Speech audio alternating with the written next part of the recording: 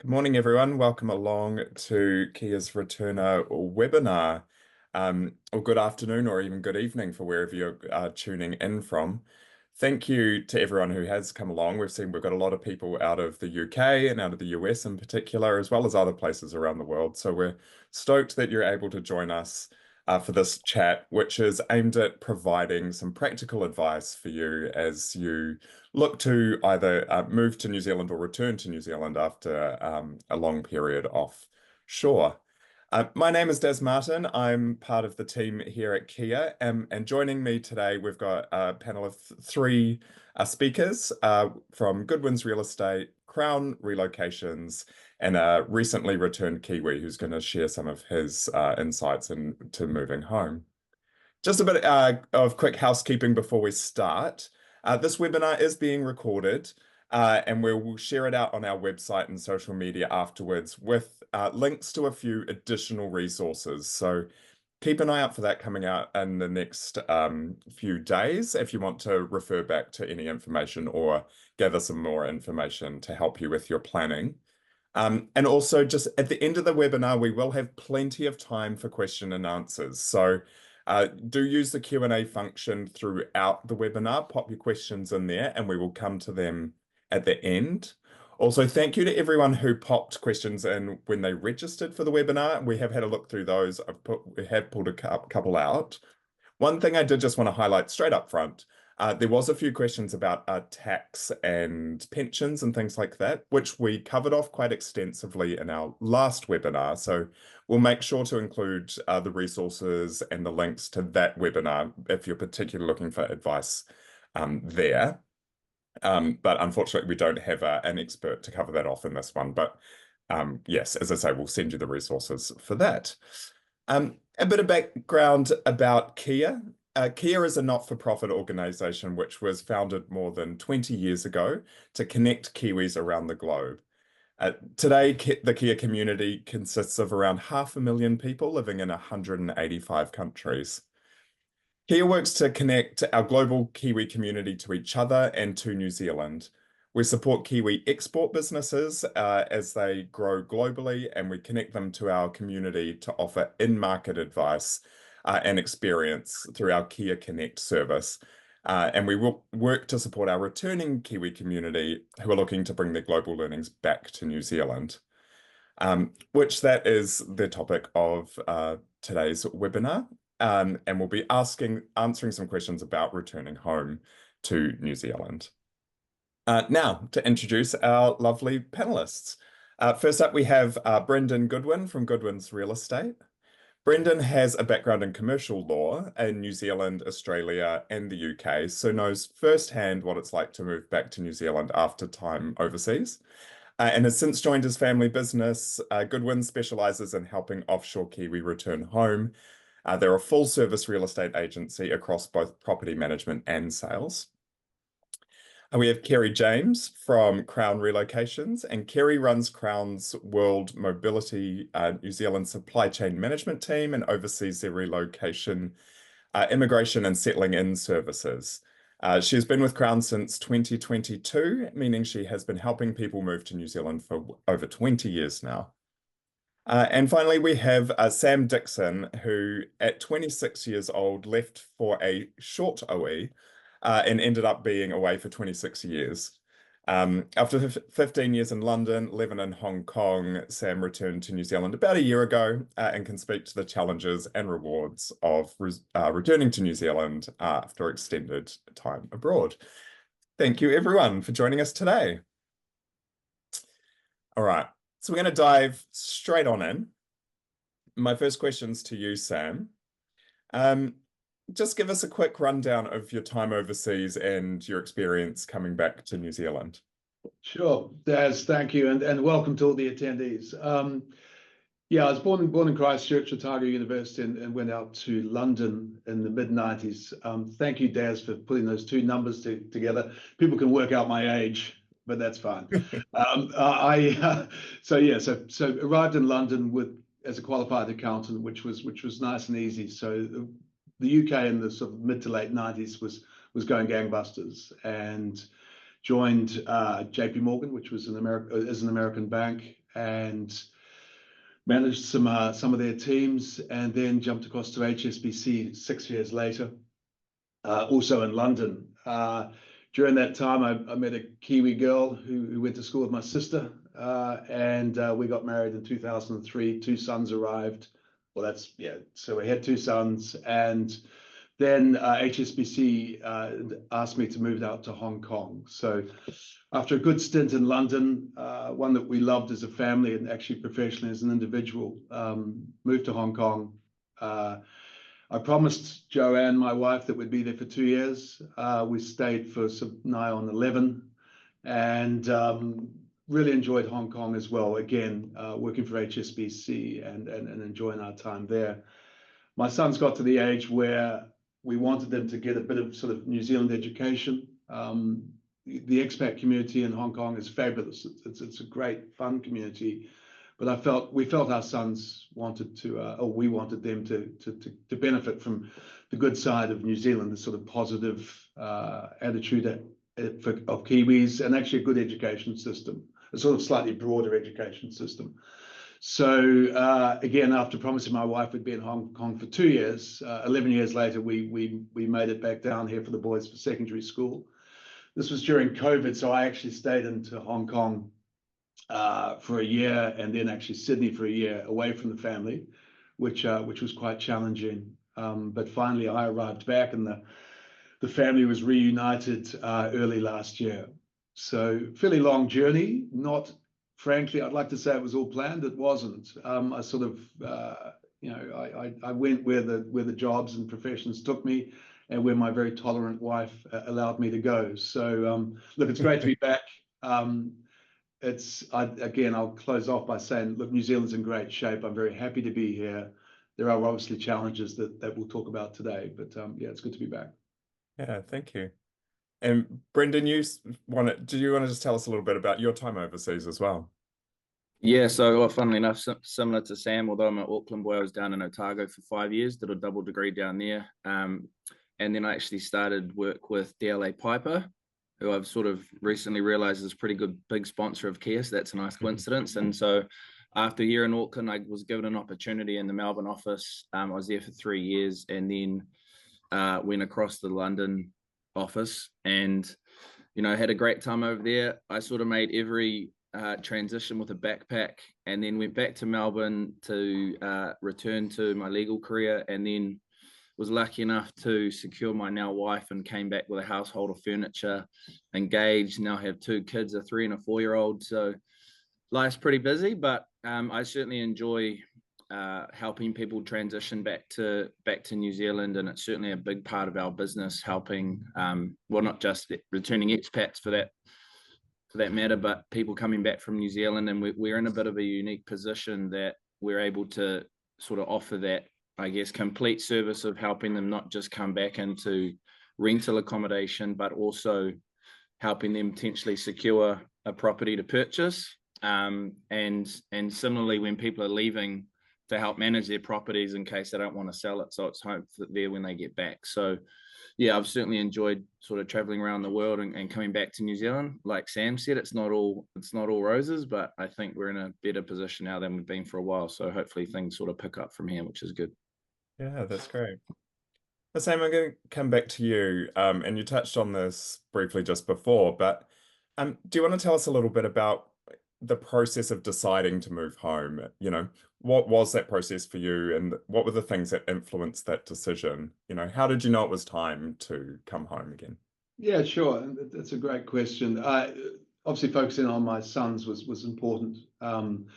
Joanne and I we love to travel, and we were very happy being around the world.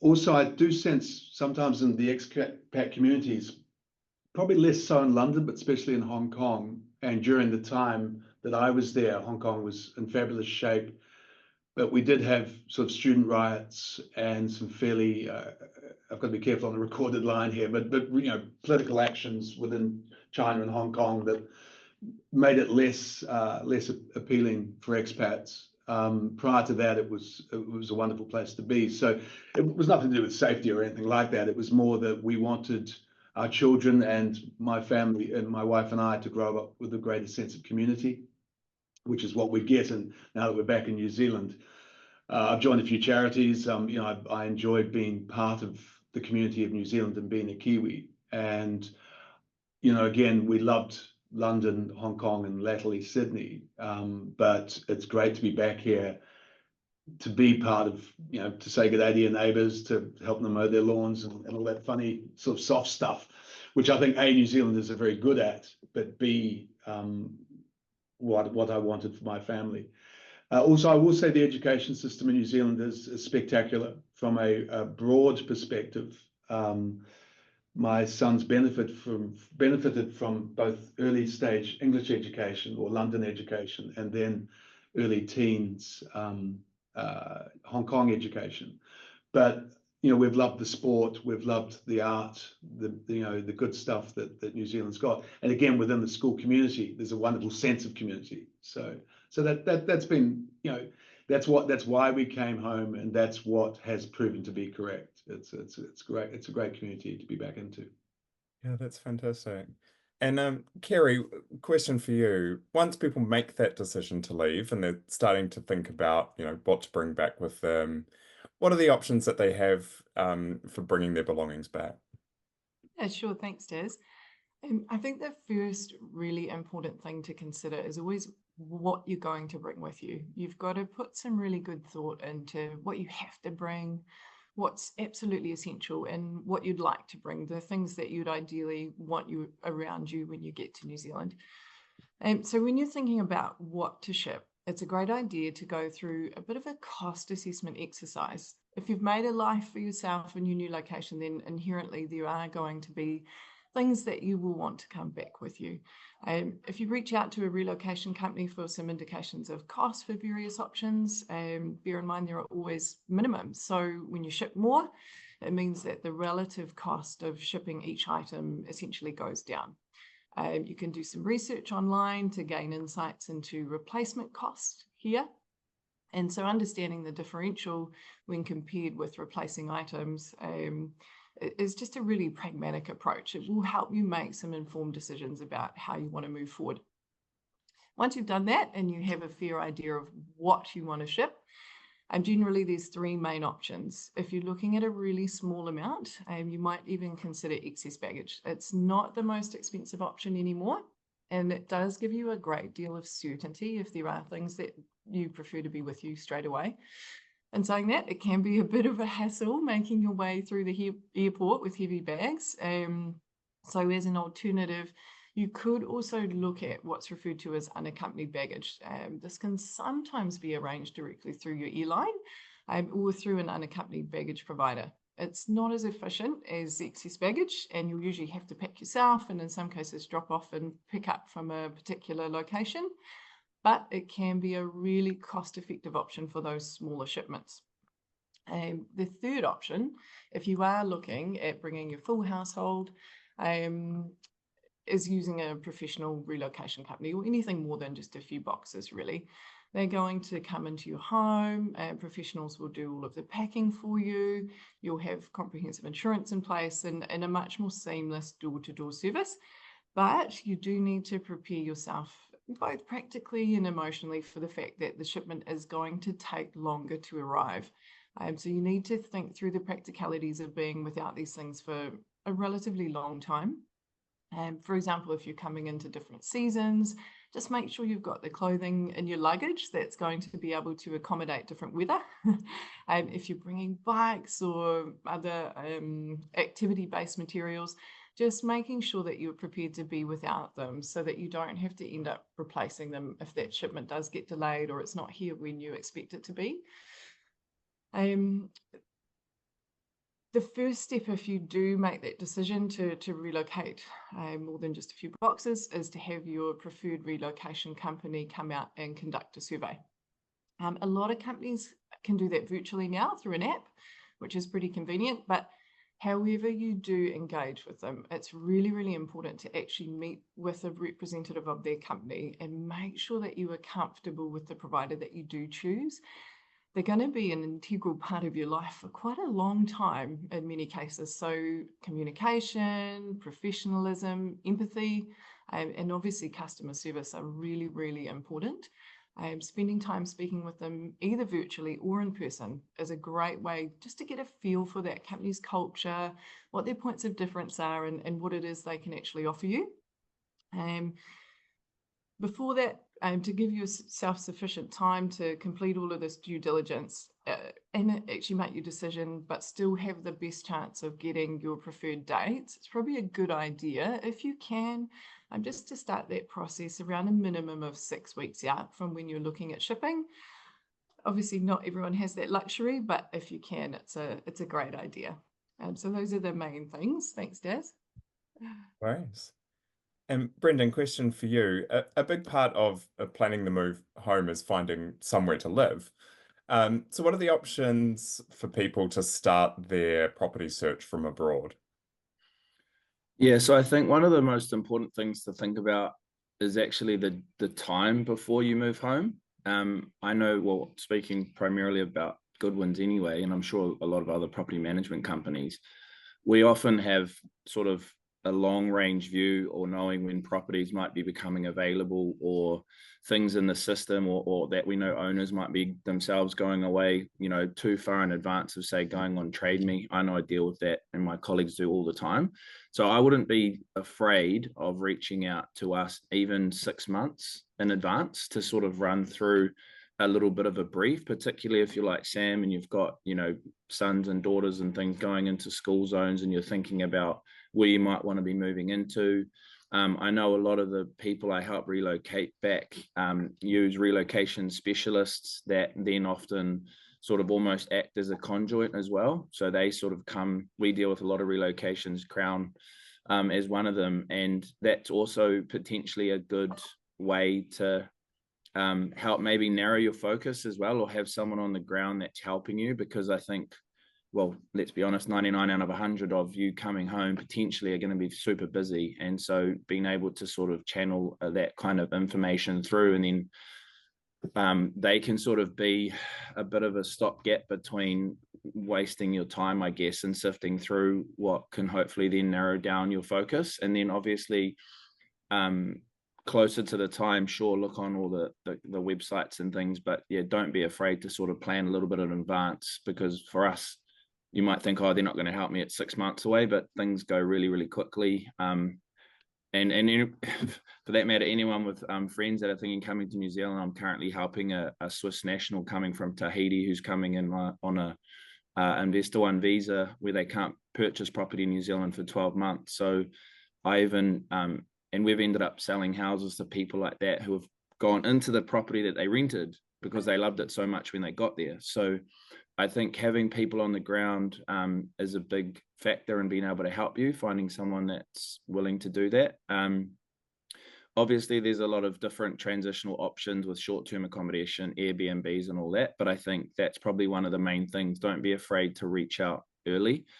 I sort of even take it a step further than that personally. Given my legal background, I also act as a buyer's agent. So not just about locating rental properties, but then also locating potential purchase options, even though you might not be in a position to, say, buy immediately, because, again, Sam was away a long time. I'm currently talking to a lady who's coming back from Toronto, actually, after the back of the last seminar for 46 years in Canada. So, there's going to be a lot of transition, things that have changed, things that they won't know even exist in the country, even, having not been here for a really long time. So I think that's probably another thing that you can consider is just having someone that actually represents your interests. So those are probably a few key things. But yeah, reaching out early, I think, is one of the main ones. Yeah, fantastic. Sam, for you, when you were packing up to come back to New Zealand, how did you make the decision of what to keep and what to leave behind? Yeah, it's a great question. And thank you, Kerry. I was very fortunate that I was doing it professionally, so we had corporate assistants. However, I did pack absolutely everything up out of London when I left 12 years ago and sent it to New Zealand. And then we moved into our house here when we finally returned, or the wife and kids returned 3 years ago. 3/4 of that went into a skip. So I'd paid 10 years of storage for stuff that either no longer fitted or just wasn't appropriate. So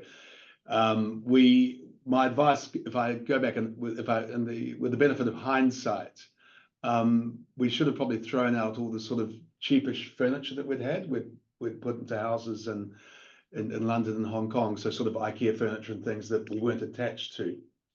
The stuff we've got now is sort of small bits of antiques that we love. And that definitely remains in the family. But some of the sort of cheaper furniture we probably shouldn't have brought back. I've got a lot of sort of clothing that's now probably inappropriate for a man of my age that I bought in Amsterdam and places. So I probably should have thrown those out as well. Yeah, that's about it. But the stuff we really treasure are the small little bits of artwork that we bought throughout our travels. And again, antiques, photos, believe it or not. We've got stacks and stacks of photos that I probably should digitize. But it's the memories. And when we walk around our house now in Auckland, I love to see a sort of poster from, a bullfight in Pamplona or something like that. It brings back good memories. And that stuff's not intrinsic, it's not particularly valuable, but it's emotionally wonderful.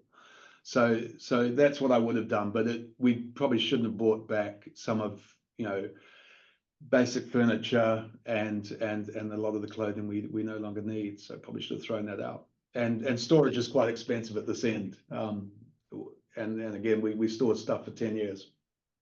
Yeah, no, that's really good advice. Kerry, what are some of the things that people need to be aware of when they're packing up their items to come home? That is really good advice, Sam, by the way. Thank you. If you have decided to bring a full household or more than just a few boxes, then a really good step is just going back to what I mentioned earlier. And so that's considering what you need as a priority and deciding whether there are things that you should be taking with you on the plane so that you have them straight away. It is also really important in the early stages just to think about your preferred timing. So ask yourself the question, does it make more sense for me to be without my things in my current location or back home in New Zealand? In some cases, it might be easier to plan so that your shipment is collected well in advance and then it arrives shortly after you. In other cases, you might have family or friends that you can stay with here, or there are really great rental furniture options, which mean it's more convenient to have your items collected not long before you leave. You'll be without them for a longer period in New Zealand, but you can still move into your long-term home comfortably. Thinking of the practicalities, there are also a few things that you'll need to prepare before the packing days. Your relocation company should really be providing you with some guidance around this. I know that Crown has a really fantastic moving checklist document on our New Zealand website, which runs through all the things you need to think about before you leave, like disconnecting utilities, cancelling insurance, so much stuff, but also what you need to prepare, say 2 weeks, 1 week, 1 day out from the actual move. And that might be things like defrosting your fridge, disconnecting and draining your washing machine, taking pictures off the walls, disconnecting your stereo equipment. But again, you'll get some good guidance on this. When you are relocating internationally, professional packing services is always highly, highly recommended. If things are not packed professionally, you'll need to provide a detailed list of the contents, and in most cases, practically everything will be inspected, which does increase that risk of damage. MPI and Customs are fantastic at what they do. We love them for the job that they do, but they're not professional packers or movers. So you want to avoid this when you can. And if you do choose the right company, then their packing teams are going to be well trained. They're going to know how to prepare your effects to minimize the risk of damage. And they're going to use materials that we know are not high risk from the perspective of MPI as well. Hopefully they'll be environmentally conscious too. I know we certainly are. You also can't get comprehensive all risk insurance if you pack yourself. Some companies might offer a very limited cover, but it's not recommended and it's probably not worthwhile. So something to really think about. I'm sure you're all very aware that New Zealand can be pretty strict when it comes to high risk items. Generally speaking, you can ship food if it's shop bought and sealed, but it will need to be declared and it will be inspected, which can create delays and that additional handling that I'd mentioned. You shouldn't bring high-risk items like seafood, meat, shells, honey products though, and you'll need to make sure, generally speaking, that everything's really clean. So getting rid of those spider webs or leaves and things from your outdoor items is a great idea. Just hot soapy water is sufficient. It's good to make sure that you are aware of the customs and MPI requirements pretty early on when you're thinking about what to ship as well. Some things you might want to sell or give away instead. And there are some things that you won't necessarily think about that might give you a bit of a fright. So as a good example, as you're going through your customs forms, you might be, or your MPI forms, you're going to be asked to declare whether you have any wooden furniture. Well, obviously most of us have some wooden furniture, and really that's perfectly okay. You don't need to go and get rid of it all. As long as your wooden items have been purchased from a shop and they're treated timber, then it's usually fine. One of the good things, I guess, about choosing a company that is truly global is even though you're working with a local team, they're inherently connected. So they're going to be leveraging all of the experience and knowledge that the New Zealand-based branches have, and they should be able to give you some really good advice on this. One of the consideration for returning Kiwis is customs charges. If you are returning after less than 21 months, then tax and duty are going to apply to anything that you didn't originally take with you. If you've been outside New Zealand for longer, then it's only items that are new and unused. So you might think, oh, cool, I'm going to go out and capitalize on the fact that things are a lot cheaper to replace where I live now.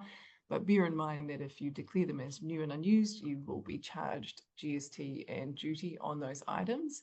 So it is just a case of really assessing whether or not it's actually worthwhile. And those are the main things.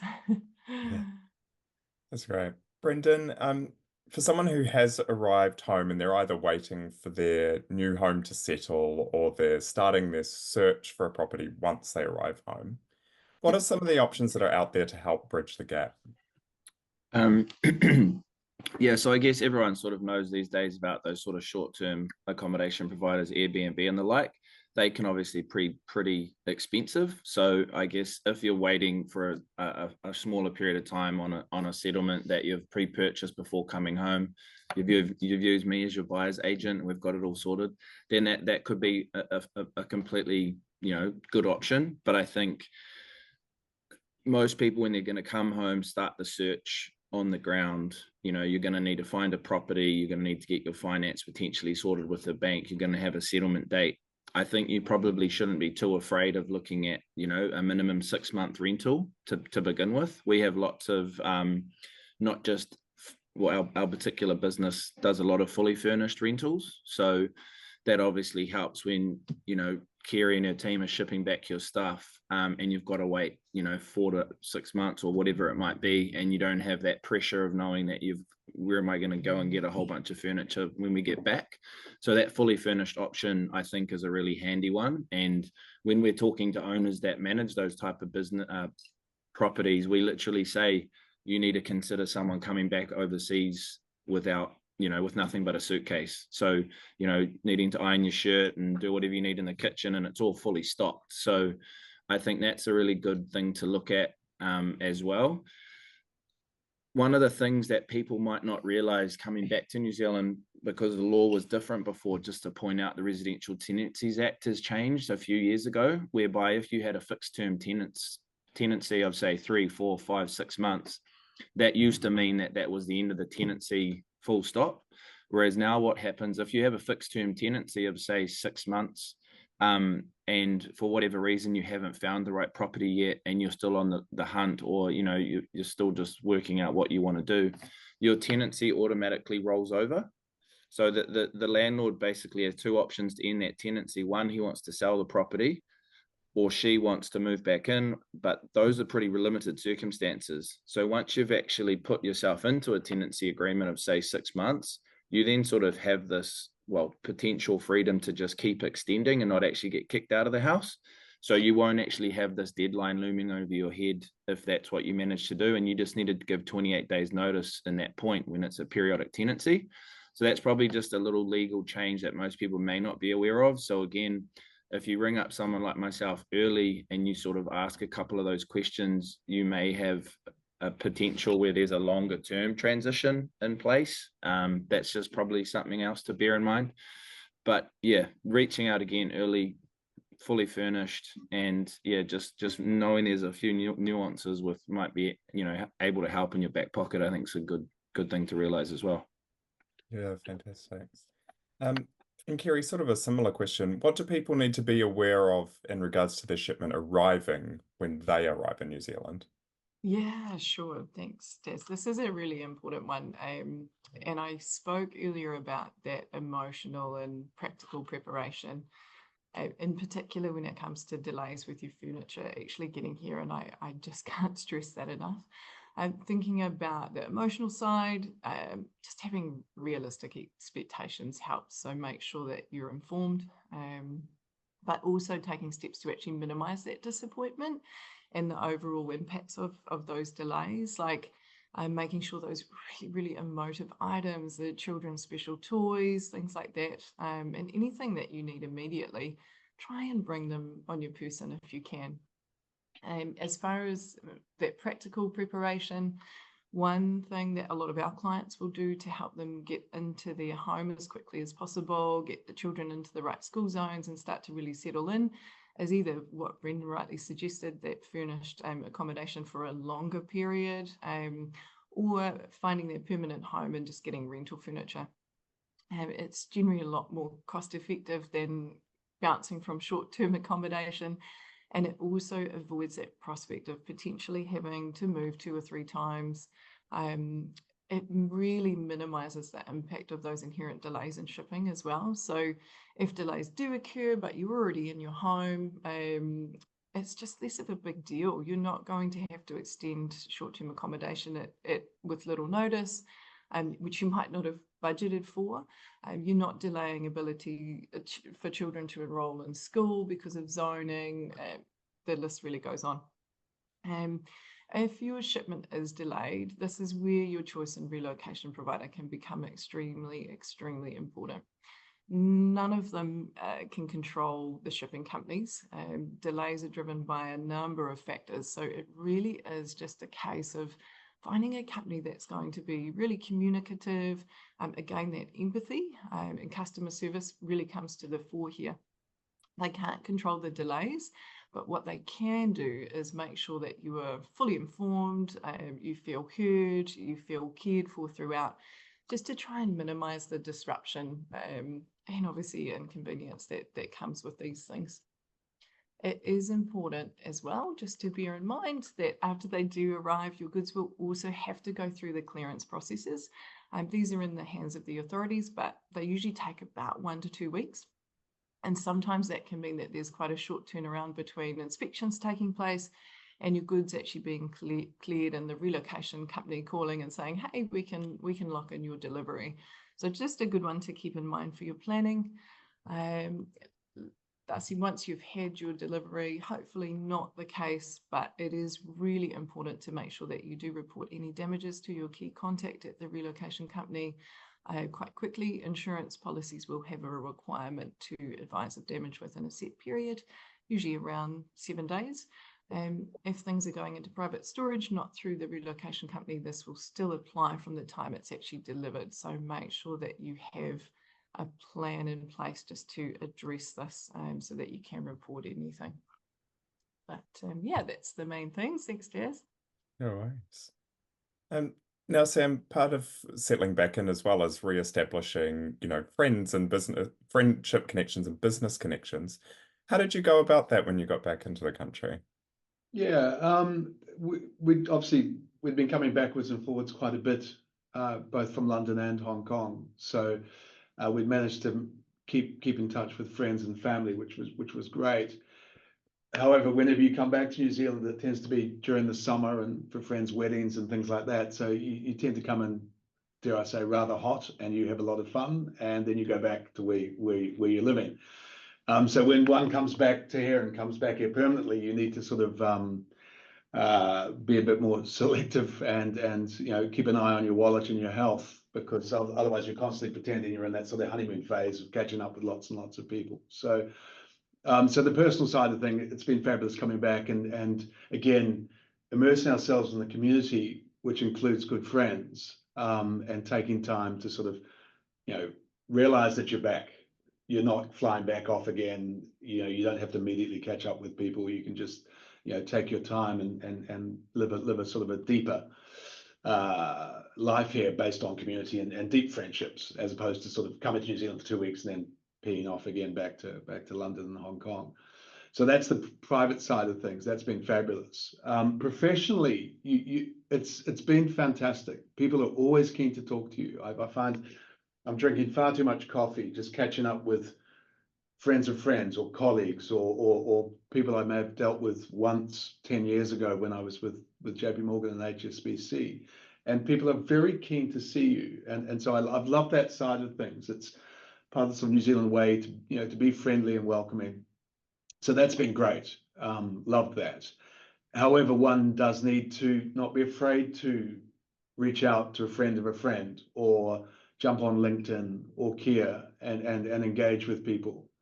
And I will say it's been 100% positive. I've sort of jumped on LinkedIn and said, look, hi, we met 12 years ago at the Hong Kong Sevens. You may not remember me, but I'm back in town. Would love to have a chat. And I'm finding those conversations, A, are positive, but B, people are very keen to see you. So that's been fantastic. But again, it's about being sort of positive and putting yourself out there. So yeah, love that side of things. But yeah, again, also trying to be a bit more selective. Also, the Kiwi, dare I say, business culture is quite relaxed. And so what I do find is I have to sort of ask for things, not just expect things to sort of come my way.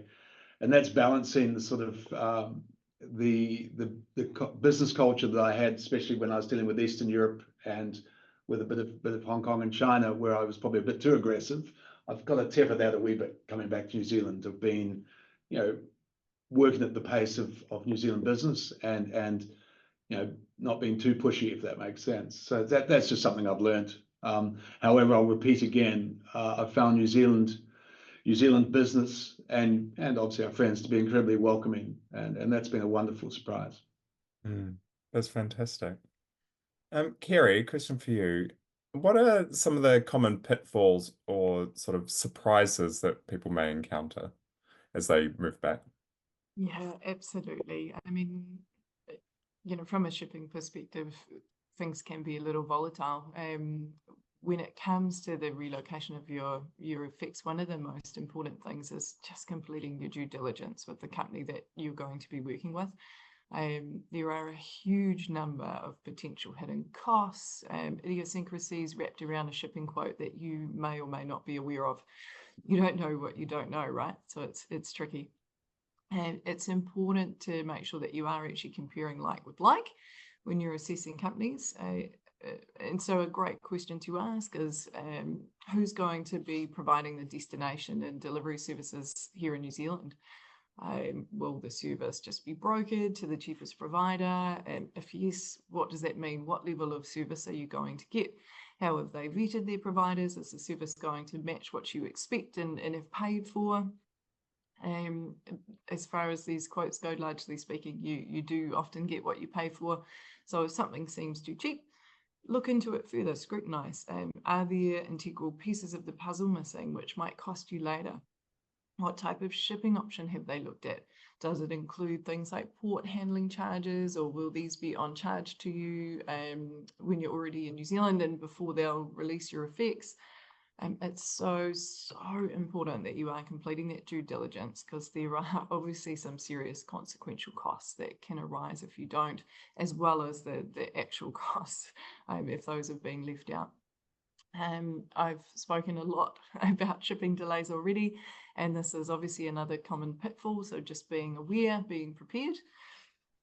Along similar lines, if you are thinking of only shipping a small amount and replacing items, bear in mind that product accessibility can be a little problematic here at times. If you're flexible around what you want, largely speaking, it's not a problem. But if you're after that particular couch or fridge, then in some cases, it can actually take several weeks to order.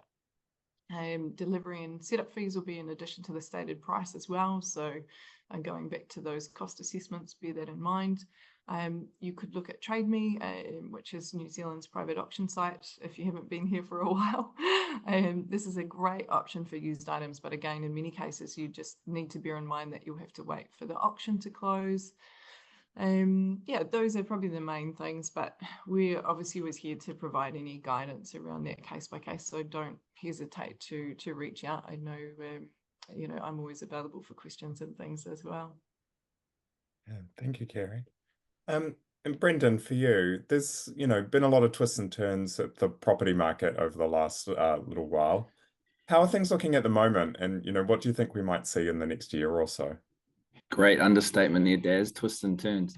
Yeah, it's been very interesting. Let's put it that way. So I think it's pretty well documented that things went pretty crazy through that or post-pandemic period where money was pretty much given away free from the banks, and everyone thought, hey, happy days, and property prices took off.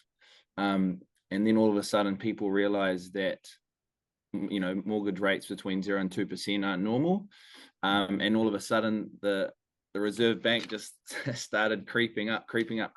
So I guess that made it really, really challenging the last sort of 24 months. And certainly last time we spoke on this, we were still in that position of not really knowing what was going to happen with interest rates. Clearly, they were sort of starting to taper off last time we spoke, but property prices were still primarily going down.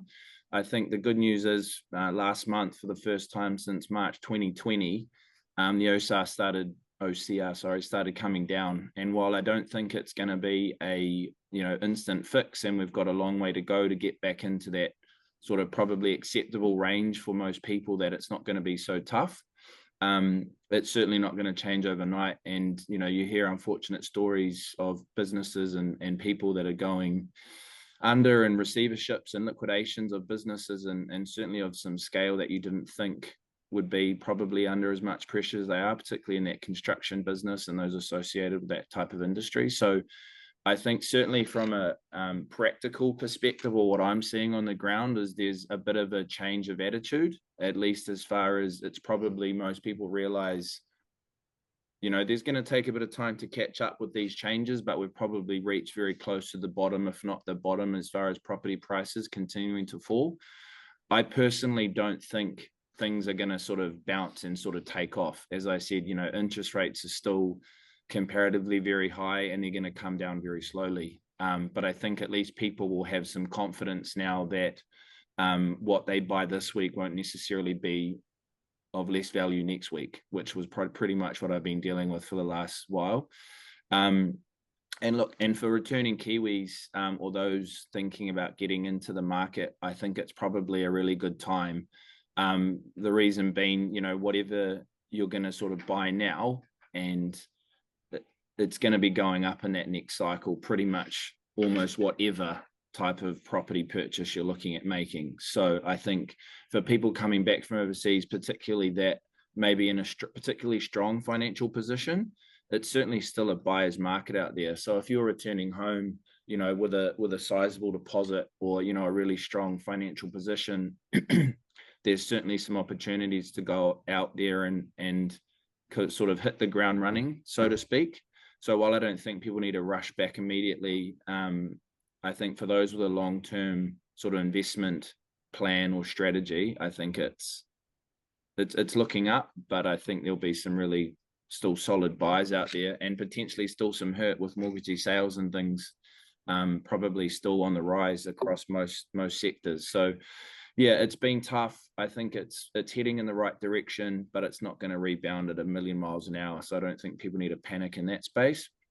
And again, I know working across different jurisdictions in that sort of more commercial property space, and in Melbourne and places like America and London, that buyer agency representation to me just makes so much sense. I live and breathe property 365 days, right? So for people to come in and sort of act like, well, we used to call them bush lawyers, bush real estate agents, having someone on the ground, or even while you're here, going to do that sort of donkey work for you.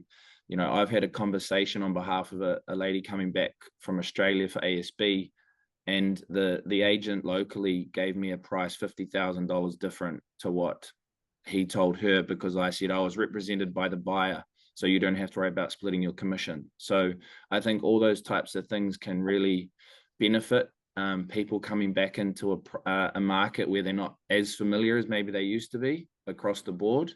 And so sort of a little bit of an investment on your behalf may save a lot of time, a lot of stress, people running around. I've held cameras through houses and all those sorts of things. So I think the outlook's probably a lot more positive than the last time we spoke, but it's got a bit of a long way to go. So fingers crossed. Yeah, great advice. Thank you, Brendan. Yeah. And our last question before we head into question and answers is for you, Sam. If there was one thing you wish you'd known before you left, or a last piece of wisdom that you maybe wish to share, what would that be? Yeah, thank you. It's probably similar to what Kerry and Brendan have both said, which is it takes a bit longer than expected. I'm still trying to kill a couple of bank accounts in Hong Kong and London, having been away for such a long time, and it'd be so much easier to do them if I was in country. So sorting out the administrative affairs before you go is quite important.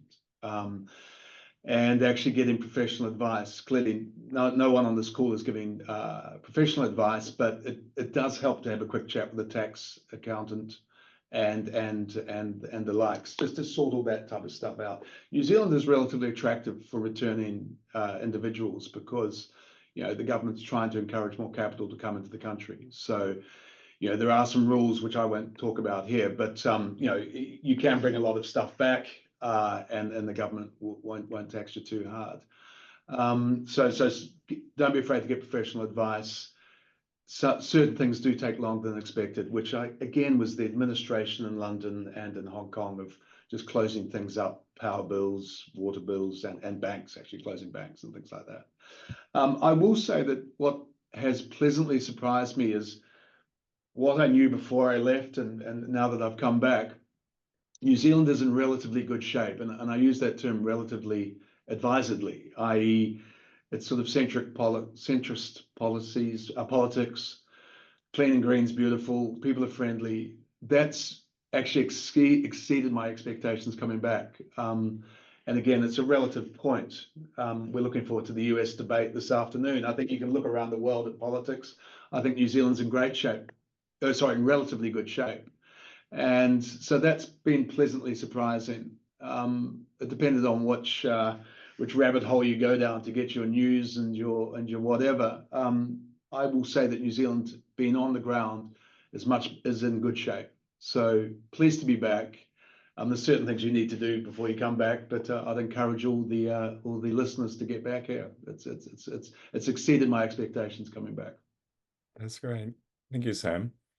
So now to anyone listening in, we are going to head to question and answers now. So do jump into that Q&A panel if you do have any additional questions that you want to ask. I will reiterate again, thank you for those who asked questions around tax and pension funds. As I said, in our last webinar in June, we did cover that off quite extensively. So we will make sure that we include the link to that webinar and the resources from that when we send this link out to address some of those questions, because I know that there's some very good advice in that one on that front. But if you are perhaps going to ask, we did have a few other questions coming in advance. So if you are just taking some time to think or ask your question in the box, we'll jump to some of the ones that were asked when you registered. And the first one was from Karen in London, this one's for you, Sam. She just asked, what was the most frustrating thing you found about the process of relocating? Sure. Yeah, probably what I just mentioned. It was closing things, which is quite bizarre, but sort of just closing a bank account, getting rid of a credit card, getting rid of power bills and things like that. It took a lot longer. And I tried to do some of that remotely, and that was nigh on impossible. So when in country, close those things off. I pride myself in having only 2 credit cards now, whereas because we had been in 3 different countries, now 4 countries, we had all these sort of little bits of little annoying things, i.e. credit cards or taxation situations and things like that. So much easier to sort those out when you're in the country. So get those sorted out before you go. So yeah, that would be my sort of key piece of advice on that one. Yeah, fantastic. And one for you, Kerry, in a similar vein. Paula in London asked about tips on bringing back a car to New Zealand. Yeah, sure. And I guess again, it's kind of a case of going through that cost assessment exercise. And so have a really good look at replacement costs here in New Zealand. Jump on trademe.co.nz, autotrader.co.nz. Secondhand cars are pretty readily available. The market's still really slow, so you might stand to get a really good deal on that and get some great resale back in the UK. When you're thinking about shipping a vehicle, there's usually a few different shipping methods. So you can use what's called roll-on, roll-off, which is the cheapest version, where they drive the vehicle onto the boat and then they drive it back off. Or you can look at containerized shipment, whether that's just the vehicle or in some cases, some companies will ship the vehicle with household effects around the vehicle, not inside the vehicle. It's an insurance compliance issue. The other, so you consider the shipping costs and options as part of that exercise. And then the other thing you would think about is your post-arrival costs. So when a vehicle comes in, it's pretty much always going to be fumigated. They have to take it in a covered transporter to be fumigated. And so that can be quite expensive, upwards of sort of $800 or so. You've got your on-road compliance, so it does have to go through a compliance process here. There's no advance approval required for New Zealand like there is in other countries, but you should just reach out to the AA just to check that the vehicle is actually compliant and wouldn't have to have any fundamental changes before it would become roadworthy. And then, yeah, as far as your on-road costs, so compliance, registration, and naturally those other costs that would be inherent anyway, insurance, etc. But just consider all of those things and then have a think about it. Electric cars can be problematic due to the batteries, and so that's worth some additional consideration as well. But yeah, other than that, those are the main things. Have a good chat to your relocation representative, do your due diligence and research on that one first. Yeah. And we know Sam actually had a story about bringing electric vehicle back. Sam, do you want to just give us a very quick recap? Yeah, I probably story? should. And again, Kerry's company did a very good job from their side, but bringing a Tesla from Hong Kong to Sydney, where I was during COVID, was not the most clever of ideas. It spent 5 months on the port. So when it arrived in Sydney, it had a catastrophic battery failure and was dragged off the ship. So the suspension collapsed. And I took it to Tesla in Australia, and they said, A, it was the oldest Tesla in Australia, but B, it cost me quite a lot of money to fix, to reset the suspension of the battery. So, and actually add into that, I'm a bit of a petrol head. I've bought quite a few classic cars in New Zealand and shipped them to the UK. And you can always look, this is some advice for people listening. You can always look at the gross price. You can go on the UK websites or the Hong Kong websites and New Zealand websites, and you can look at the gross prices, what they are. You very rarely get the price that things are advertised for. So I looked at sort of bringing some cars back to New Zealand because their cars are quite inexpensive, both in Hong Kong and in the UK. Versus New Zealand, and you shouldn't just look at the gross prices because it does look like it's worthwhile bringing cars back. I will say that they sell for less than they're advertised here for in New Zealand, and you're probably better off sometimes just selling them in your country and buying back here because again, don't just look at the advertised prices because The markets, markets around the world at the moment for second-hand cars are pretty depressed. So you're sometimes better off buying here in New Zealand and selling your car where you are. Yeah, thank you, Sam. Question for you, Brendan, which has come in from Holly. She's saying, obviously, not everyone's in a position to buy when they return to New Zealand. Can you extrapolate a little bit more on the sort of longer term rental opportunities that exist? Yeah, for sure. So look, the main ones across New Zealand are certainly like Kerry said, the Trade Me website. And something to be aware of as well is to look at the realestate.co website. People often don't appreciate that in order to advertise on the realestate.co.nz website, you need to be a licensed agent. And from a property management perspective, the industry was actually deregulated a number of years ago. So when you're looking on Trade Me, what you'll see is not just private landlord properties, but also agents that may not be licensed. So if you say, and the way to see it, if you say Google, put in your search criteria, let's say Remuera, Auckland, 3 bedrooms. If you do the search on realestate.co and that same search on Trade Me, there might be twice as many options on Trade Me. So obviously coming back into the country, you want to know that the property is Healthy Homes compliant. So all the licensed agents like Goodwins need to have their properties that have, insulation and the right temperature and draft stopping and all those types of things. Obviously, I'm not saying all private landlords do the wrong thing, but it sort of guarantees you that the level of comfort about the home that you're going into is covered off in that space. Obviously, you may inherently think you're at a disadvantage by applying for properties from overseas, but truthfully, particularly, we're dealing with it all the time. So, you can get on Zoom to introduce yourself. You can do applications in advance.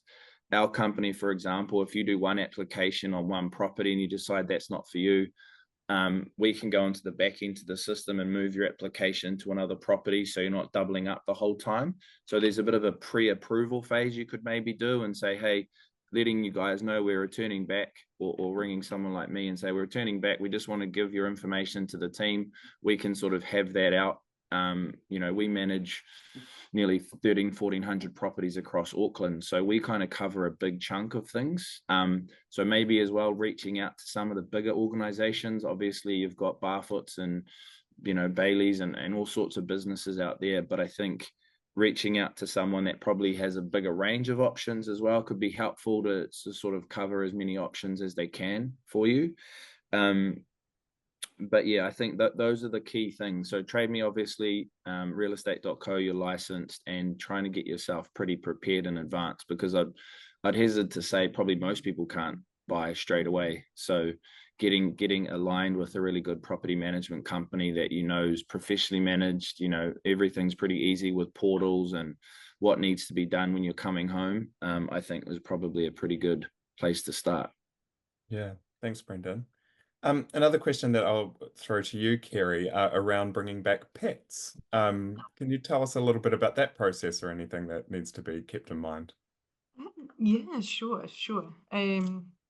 With pets, it's very dependent on where you're actually relocating from. So in some cases, it can be a 6-month end-to-end process before you can actually transport your pet into New Zealand.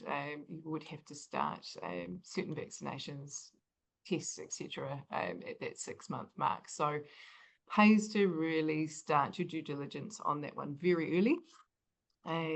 Not all countries require quarantine, but those that do, it's only a 10-day period now here in New Zealand, and so that's a little bit less arduous on the animal, which is good. If your pets are older or similar, it can be a really, really stressful process for them. So you do need to think very carefully about whether or not you'd go down this path. As with the other things we've spoken about, and this one's more important, do your due diligence with the company that you'll be working with. Make sure you understand who they're going to be partnering with in New Zealand, and what that experience is going to look like, as far as the airport and all of those things. will you have access? You know, are they the quarantine facility? Are they working with another approved facility, etc.? So I'm just doing that due diligence, get lots of quotes. Cheapest isn't always the best, and we can give you some advice around some good companies to use in most locations as well. So don't hesitate to reach out on that one. Yeah, thank you, Kerry.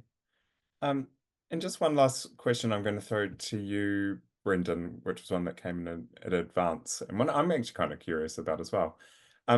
Often a lot of returners, particularly when they're thinking about coming back to New Zealand now, you know, they're often wanting to tie that in with like summer holidays in that period to come back for Christmas.